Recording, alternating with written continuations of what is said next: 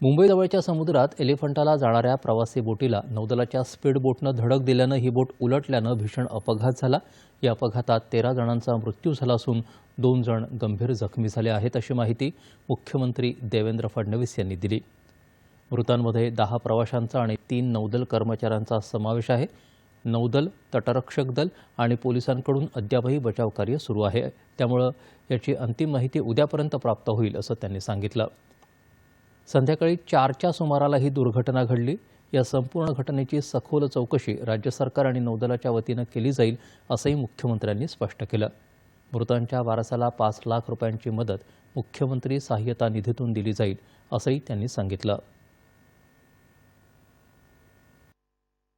मुंबई शहराजवळ अरबी समुद्रामध्ये बुचर आयलंड जवळ नीलकमल कंपनीच्या प्रवासी बोटीला नौदलाच्या बोटीने धडक दिल्यामुळे एक भीषण अशा प्रकारचा अपघात झालाय।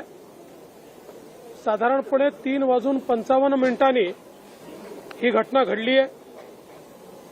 ही जी काही नीलकमल बोट होती याच्यावरच्या 101 प्रवाशांना सुरक्षित बाहेर काढण्यात आलेलं आहे आणि नौदलाचे व्हाईस ॲडमिरल संजय जगजीत सिंग यांनी जी काही माहिती दिली आहे त्या माहितीनुसार सायंकाळी 7:30 पर्यंत 13 जणांना मृत घोषित केलं आहे। यामध्ये 3 नौदलाचे आहेत आणि 10 नागरिक आहेत, ज्यांना मृत घोषित केलेलं आहे।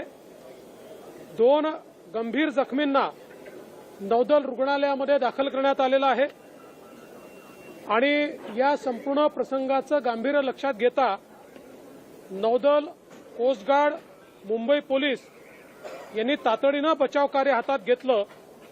या बचाव कार्यामध्ये नौदलाच्या 11 क्राफ्ट आणि 4 हेलिकॉप्टरची मदत घेण्यात आली। सर्व शासनाच्या यंत्रणा याच्या कामी लागलेल्या आहेत। जे काही मृतक आहेत त्या मृतकांना 5 लाख रुपयाची मदत ही या ठिकाणी मुख्यमंत्री सहायता निधीच्या माध्यमातून दिली जाईल आणि या संपूर्ण घटनेची सखोल चौकशी ही शासनाच्या वतीनं आणि नौदलाच्या वतीनं केली जाईल।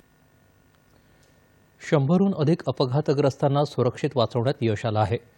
समुद्रात इंजिनाची चाचणी घेत असलेल्या नौदलाच्या स्पीड बोटीचं नियंत्रण सुटलं आणि ही बोट नीलकमल या प्रवासी फेरी बोटीला धडकली।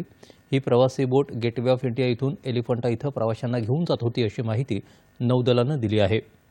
राष्ट्रपती द्रौपदी मुर्मू, संरक्षण मंत्री राजनाथ सिंह यांनी या दुर्घटनेबद्दल दुःख व्यक्त केलं आहे।